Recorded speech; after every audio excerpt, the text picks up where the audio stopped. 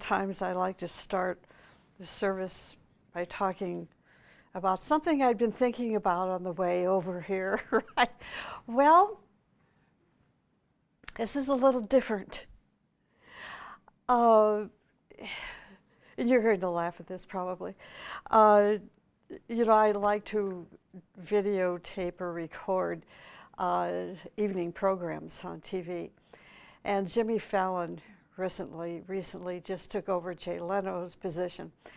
And so I just happened to watch one of the, I guess it was the Thursday night show with Justin Timberlake and Jimmy Fallon.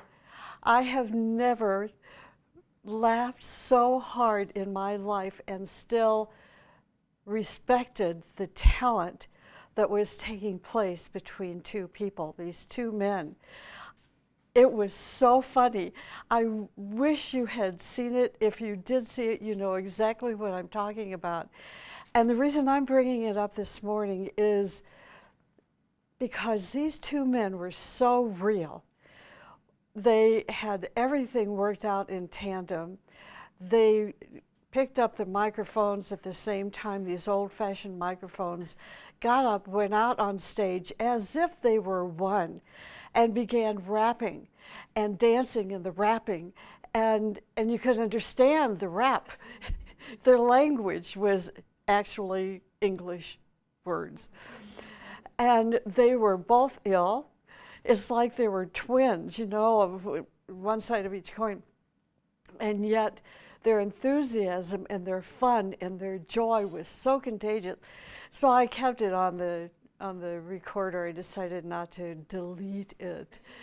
But it was so funny and so fun to see and refreshing to, you know, see a performance like that. There was no competition. You know, they just are really, really good friends. So, you know, if you happen to record that program, please watch it. It's just a real uplifting experience. Okay. Okay, so this morning I'm going to talk about an amazing subject called messengers. It is a step away from the norm, typical topic of what we usually discuss. So I do ask that you keep your mind open, and some of you will absolutely love it and think it's the best information you've ever heard, and others will walk away a little skeptical. But I believe it at 100% and actually have had some experiences, so it's not just a theoretical, you know, idea or belief, it is a knowingness. I really like that seed thought. How can I regenerate myself and become the self? This is a seed thought if you want to make a mental note or written note of it, that we can take with us into the 3 full moon festivals, you know, Aries and Taurus and Gemini. It's a wonderful time to think about our regeneration, our spiritual regeneration, and what are the next steps that we can take, you know, into the next spiritual year. So you might want to make a note of that. This morning I'm going to be talking about messengers, and I do want to welcome all of you here this morning, and also those that will be watching the video on YouTube, and those who are here remotely. So we welcome all of you this morning. In the esoteric teaching, we are told that our planet is one of the globes in cosmos where sometimes other people visit. Are you with me? You want to stay concentrated. Okay. All stars, all galaxies, and all globes in the universe, we could say or compare it to like other states within this country, the United States. So sometimes we visit other planets. Sometimes we visit, in other words, other states of existence. And we live there for billions and billions of years in the history of human existence. So this is the introductory paragraph to what I'll be talking about this morning. For some of us, it will be thrilling, and there will be a knowingness of the accuracy and the facts of these statements, which are all from the Ageless Wisdom teaching, particularly Agni Yoga. Others of you, if you're not, in concert with it, just put the idea on the shelf, on the bookshelf, and later on, when you're ready, take it back down, the DVD or the CD, put it in your player, and listen or watch it again, because then you really will be ready. What is so wonderful to think about is to consider the fact that we are not stuck on this planet. Now, we have signs all around us that we're not stuck on the planet. When you get into the airplane and you fly over to Switzerland or to Argentina or to India, you realize, wow, if this had been 100 years ago, it would have taken me a year to get to India or longer. And if you were a woman, you might not have even been granted entrance. So you would have to dress like a man, like Blavatsky did, to sneak into the country. So little by little by little, we're learning as a humanity to overcome these limitations by evolution, by technology. But this goes beyond technology and beyond evolution, because these experiences have been here for us for a long, long time. The false teaching says that we are inhabitants of this planet. So think about this, that the false teaching says that we are inhabitants of this planet, right? Most people do believe they're from this planet. Unless they're science fiction buffs, and then they like to entertain themselves with something that's very real, but they don't really know it's really real. We visit here. This is what the teaching says, Agni Yoga teaching, that we visit here according to the laws and principles and secret karma. But this planet is one of our motels. We come here for, let's say, 80 days, 80 years, 80 minutes, and then go to other planets, to other solar systems and galaxies. Sometimes we visit these other states, not with our physical bodies, but with our etheric bodies, with our astral bodies. Mental bodies are higher. So in other words, we could say that we are, in fact, travelers of the universe. And if you remember with your readings of Agni Yoga books, the Master M talks about the importance of being a traveler. And most of us just relate it to Switzerland and India and Argentina and Spain and so forth. But he also wants us to go into deeper layers of what he is saying. And he is saying that there is no end to our travels. Every time we go to another state or globe, we increase our experiences, just like when we go to another country. We learn about another culture and another language and, lifestyles and so forth. Every time we go to another globe, we increase our experiences. And then we use our knowledge and intuition there to create results for our future journey. This way we live here, physically, emotionally, mentally, in conditions in such a way that all of this knowledge, all of these situations, all these conditions that we have had as a result of our travels then create an environment for our physical, emotional, and mental life. Actually, the teaching says we were dropped on this planet when our physical wings were cut. But our emotional and mental wings are not cut. And it's possible for us to develop them and fly away during sleep, during contemplation or meditation. This may seem like a hallucination for some others, not everybody, but probably the majority. But it is very real. Many people feel that they are not slaves to this planet. Now here's a quote from Brotherhood, verse 278. This is from the Agni Yoga series of books. The quote says, "It was said in antiquity, all people are angels. Verily, people are the messengers of the far-off worlds. Hence, great is their responsibility.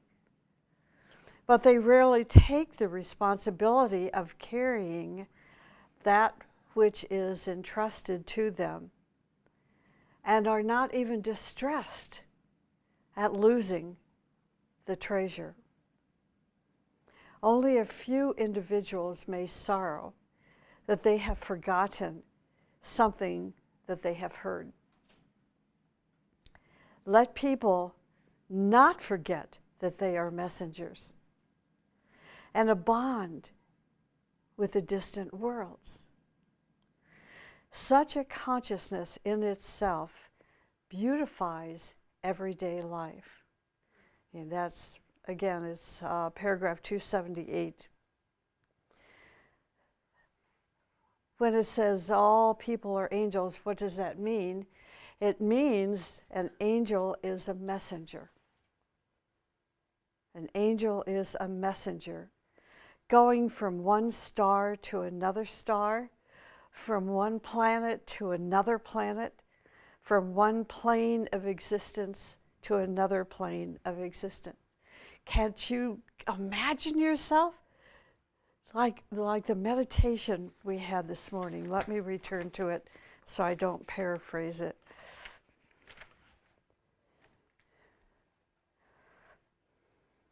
If I can find it in here.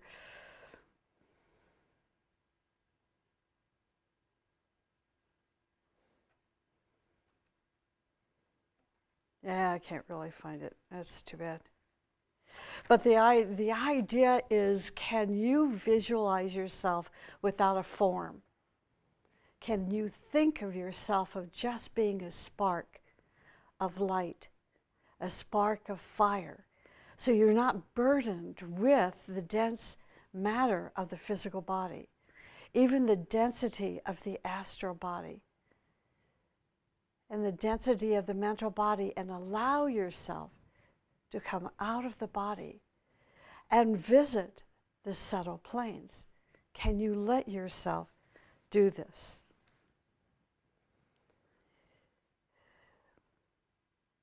So we must fix, after we realize that we are travelers in space. And being a traveler in space means that we have special responsibilities. That when we go to another planet, we will have other responsibilities there. So it is important that we never think that when we leave our body that everything has ended. See, I mean, really begin to think this, because I know back in the earlier years when I had these spontaneous experiences of leaving the body, became so startled that that startling experience pulled me back. You know, you become very, very dizzy. It's not a vertigo dizziness, it's an unusual kind of dizziness. And you begin to be pulled out of your body, and if you're conscious enough when it's happening, it's an unusual feeling, right? It's like all of a sudden you look down at yourself and you're maybe 20 feet away from your physical body, and you're looking down at your physical body and these weird hands and arms and legs, and it's like, this is odd. I must be losing my mind. Until you have enough experience with this that it becomes okay. It's not scary, it's not frightening. The doctors aren't going to put you, you know, in a special place. But that's just a few feet out of your body.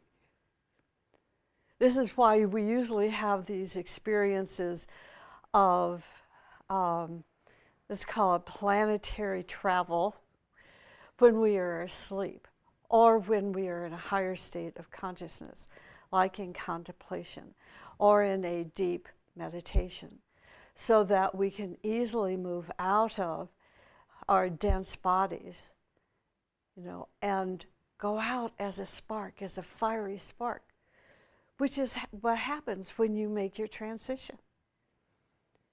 And it will be much easier and much faster if you have these experiences now while you're in the body, so that you can consciously leave. So do not think that when you leave your body that everything has ended. Because you're a messenger, your responsibility is great. Suppose you went suddenly to Venus, or to Neptune, or to another globe in the galaxy. What message are you going to take from here? For example, Helena Rourke went to Saturn. She learned so many things about Saturn and Saturn's environment in the universe that she was able to write about it. This is some of her unpublished writings. And we would read that, and I would read that, and I think, wow, how can she know these things? Because she was a conscious traveler in space. And she brought that back. That was one of her responsibilities, was to bring back her knowledge of those travels, going to Venus, Saturn, Neptune, and other globes. Because we are messengers, our responsibility is great. Suppose you suddenly went to Venus or another globe in the galaxy. What message are you going to take from here to there? Just think about, what message are you going to take, and with what accuracy? This is why in meditation, when you're taking your meditation courses from White Mountain and you have to write those reports, those written reports, the reason for that report is to see how accurate that deep meditation is. Or are you just repeating what you've read in a book? Okay? And even repeating it with what you've read in a book, are you repeating it accurately? So messengers are like the links in the chain. The responsibility of the link, you can see yourself as a link from here to another globe, right? Okay. The responsibility of you as a link is to bring unity and continuity, to keep the flow of energy and integrity between the places you are relating with. So it was important for Helena Rourke to correctly record her experiences. There is a woman, Elizabeth Hesh, not the Hollywood personality.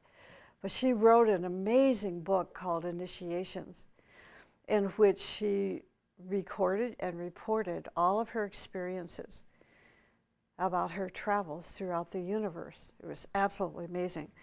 I don't think that book's in publication anymore, but I remember reading it many years ago and being totally fascinated with it. You know, how can she know these things? The responsibility of the messenger is to weave the network of unity in everything. So this is like building an Anticorona bridge, right, from this globe to this globe, this planet. Wherever the messenger goes, he must weave the carpet, the handwork, the network of unity through his messages. So when you become aware of traveling through space and landing on another planet and engaging in a relationship with that planet, don't talk about the government, don't talk about politics, don't talk about this and that, you know, of a mundane life. But what are you going to talk about? Beauty? Freedom? Yeah. When you go from one world to another, you weave the threads of unity between the worlds through your emotions and actions and thoughts. This is the greater responsibility of the messenger. If you don't learn the responsibility of your mission, then instead of creating unity in all systems of the universe, then what's going to happen? You become a disturbing factor in the universe, which means that all that you work for will be against the law of unification, see, in the universe. So let us think that we are angels, you know, not this physical space suit, so to speak, but we are an angel. And because we are angels, we have a mission beyond the earthly troubles and disturbances. We must feel that beyond our daily life, beyond our daily labor, we are living in the universe and that we have a great responsibility and mission. This kind of expansion makes our daily life more beautiful, because we're going to contemplate what? An infinite mission. And that infinite mission is something that we have deep within ourselves. So here's another quote from the book Brotherhood, 568. It has been said that each person carries his particular mission. Actually, each one who has taken on an earthly body is already a messenger. Is that not wondrous? It changes nothing that no people, or that most people, have no conception of their destination. This forgetfulness is due to a lack of realization of the three worlds. One may imagine the transformation of a person who recognizes the usefulness of his earthly path. Brotherhood furthers such realization. For example, this is from the teaching, in the mountains, think of this is so beautiful. In the mountains, each different flower is a messenger. One flower's message is to be, for example, blue. See how simple this is? Another's is to be this shape. Another is to have that fragrance.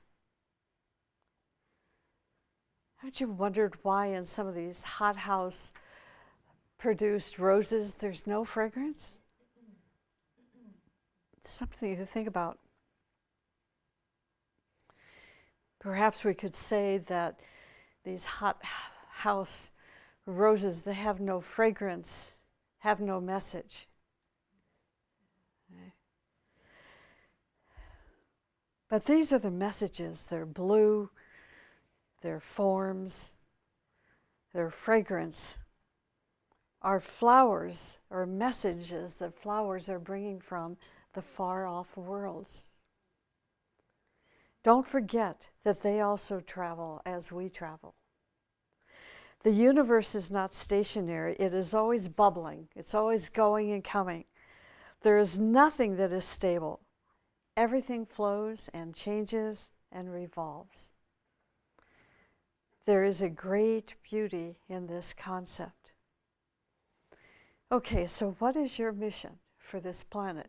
This is something you can walk away from this morning, from listening or watching or hearing this talk, to think about this. What is your mission for this planet? What is your family's mission? What is your group's mission for this planet?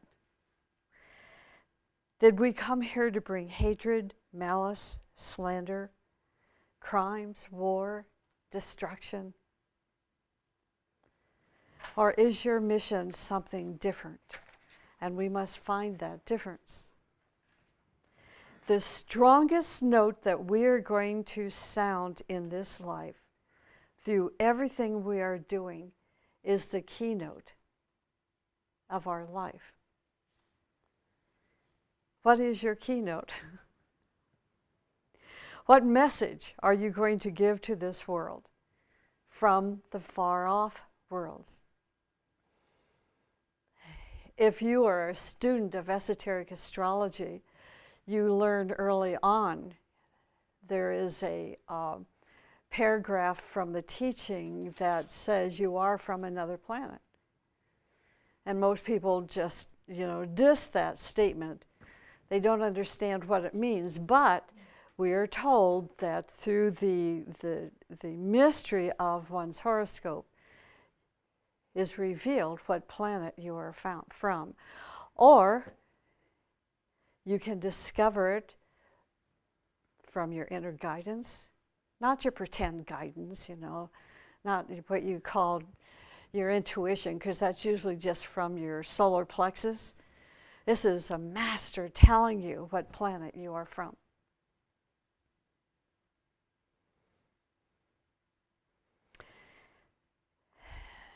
This message is actually found when you go deeper and deeper into your capital S self. This is why I said let's work with the regeneration of our self. During this Aries, Taurus, Gemini solar festivals.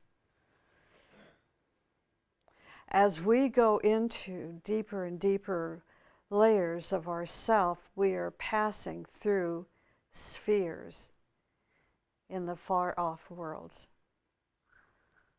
So don't think that you're dipping down into your organs and glands. See, look, it's your consciousness, your fiery spirit that is pulling you out of the dense matter into the far-off worlds.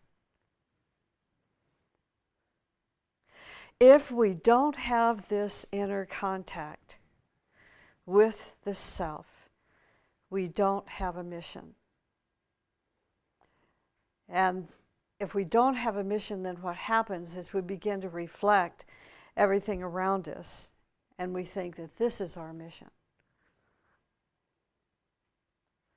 This is why people are not stable in their lives, because they are continuously affected by the surrounding conditions in their life.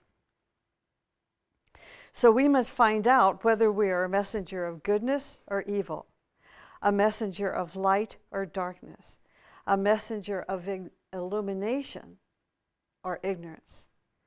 Now here's another verse to read from Brotherhood 403. The Master says, some appear as messengers who have consciously and selflessly accepted the responsibility. Others bear tidings without knowing it. A third group partially affirms a useful word. A fourth displays useful actions by examples of their lives. He goes on to say there are many kinds of offerings and affirmations. And then says, let us not designate which can be especially useful. Each one within his own horizon can direct people to good. Let us welcome each good offering. Courage, he says, enables one to array oneself in impenetrable armor. If we are really fixed in our intention and direction and devotion to bringing that message into the world, then we are conscious messengers. Conscious messengers. We will carry a tremendous voltage of energy from the sources from which we are bringing the message to Earth. Because why? We have continuity, a continuity of contact. So for example, an electrical wire that's cut in many places has no continuity of contact, right? Okay. If you are cut, which means you don't remember, and you have no vision or reflection from higher worlds, then you don't have that energy flow. When you are not cut, the flow is continuous. All great ones carry a tremendous energy within themselves because their line with the source from which they are bringing the message is continuous. Because the message of great ones is charged with heavenly fire, their message is truly fiery. There are other messengers who bring beauty and goodness and truth, but they don't yet have the awareness of where they came from. They simply have some impression that they are going to do something good. And many of us are like this. We have an urge to be beautiful, to be good, to bring unity and peace. An urge for understanding, to uplift human life. And we can do it through our talents, through our artistic talents, our interest in education and politics and economy. But we don't know from what fountain, we don't yet know from what fountain we are bringing this message to Earth. That third group the Master mentioned, those who partially affirm a useful word, this is a group that sees a part of the teaching and appreciates it, and often the appreciated part of the teaching becomes a link which helps people to be involved with a greater part of the teaching. You see how they have usually it's a personal appreciation for the part of the teaching that they can relate personally to. Then they become a link, and they'll say to their next door neighbor or their husband or their child, you know, look what I read about our family life today in the teaching. And that's the link. See, they become that link. And then that child or that spouse or that friend will open up the book, and it will take them into a greater part of the teaching. The fourth group doesn't know about these ideas, about missions and messages, but they exemplify a beautiful life. As our horizon becomes broader, our expression and leadership becomes stronger and more impressive. If you traveled only between 2 planets, then that's your horizon. Planet A and Planet B. If you traveled 10 light years away from the planet, your horizon then is totally different from the person who travels, let's say, from Phoenix to Prescott. So the teaching is given to humanity. Why? Why is the teaching given to humanity?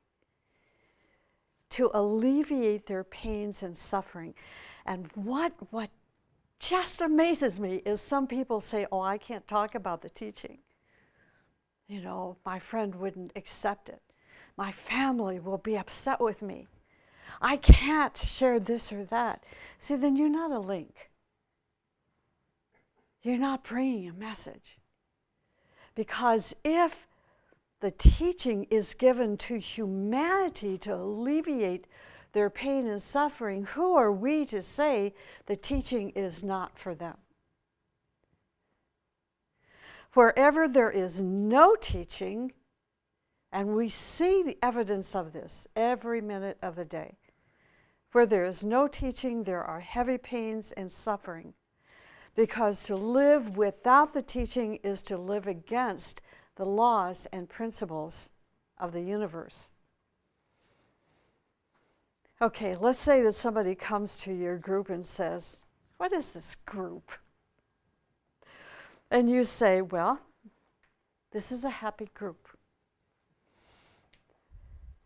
Then 3 years later, you can expand your answer just a little bit and say, okay, now you've read some of the teaching, work a little bit hard. Do some meditation. Sometimes sacrifice some of your time and yourself and overcome your vanities and ego. Even sometimes try to work against your personality life. But the teaching believes that if you say to newcomers, and I'm going to attest to this, that they are going to become responsible through this teaching, they're going to run. Responsibility comes through the development and unfoldment. The development and unfoldment of your consciousness.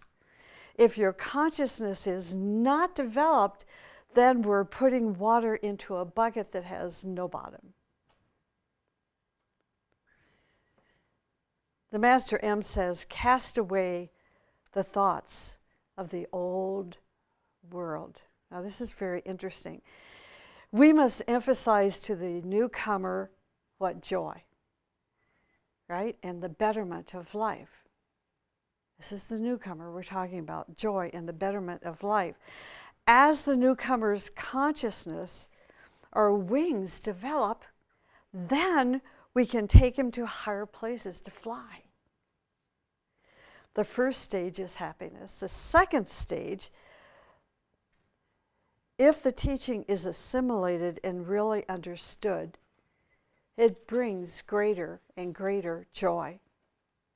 The third stage then is to eliminate those thoughts from your mind that do not fit the expectation of the new life. Get rid of everything in your thinking process that does not fit the expectation of the new life. The new life does not need old-fashioned thoughts. So you must eliminate them. The new life, this is so beautiful. The new life is really the old life that we have within the true self. And that's called infinity. But because of the millions of layers of trash that have accumulated upon the old life, when we remove them, our life becomes a new life. And this is why the teaching emphasizes freedom so much. MM says the spark of infinity must be expressed in everything. The spark of infinity is you. Because you are a spark of infinity, living in all cosmic existence, you are going to bring his consciousness, feeling, experience of infinity into your daily life. Now, this is why I started this morning's talk with a little story about Jimmy Fallon and Justin Timberlake. When you experience their joy, you become part of them. When you saw they were sick, but that sickness did not stop them, you felt healthier and healthier.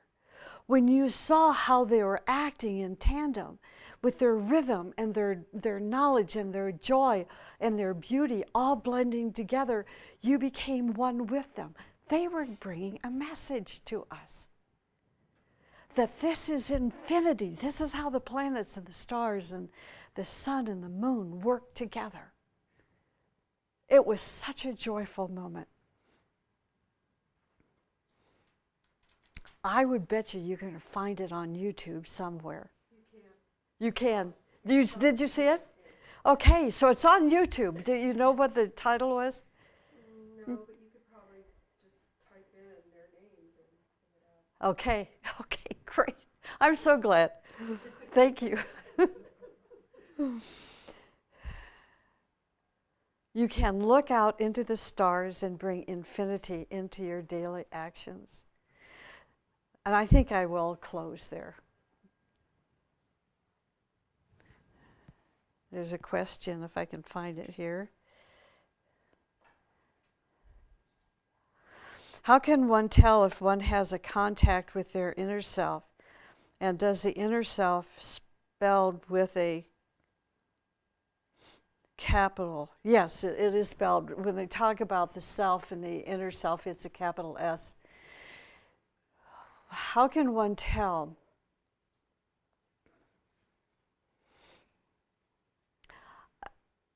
The example that comes to mind may not make sense to you, but if you're an athlete, if you've ever played golf, or even if you're not an athlete, but you've just kind of puttered around a little bit, if you get, those putting, what do they call them? Putting greens, drives. Yeah, they're not a drive. It's where we used to have a couple of these in Prescott. Miniature golf? Yeah, there you go. Miniature golf. Anyway, I used to be a golfer and practice. And every once in a while, I'd hit this perfect drive. And it would go 425 yards. And that's quite a perfect drive, let me tell you. And you felt so good. There were no glitches. You weren't depressed. You didn't feel your body. It was just this beautiful sense of perfection and freedom and bliss. That's what it's like when you make a contact with that true self. Also, you sense your purpose. You sense your plan. You sense that you're here for a reason, and there's no pretending about it. It's not the result of reading anything. It's a knowingness. And many of us are born with this knowingness. We begin to have images of what we're going to be when we're grown up. And we become what we thought back then of what we were going to be when we grew up. See, we begin to unfold that purpose of the soul when we're very small, in small ways, until we're ready and we're developed and we're educated and we've been nurtured and so forth. Okay, is that it? Okay, we're running a few minutes over. Anyway, so that's the talk this morning. I hope you listened to it 2 or 3 times. Talk about it.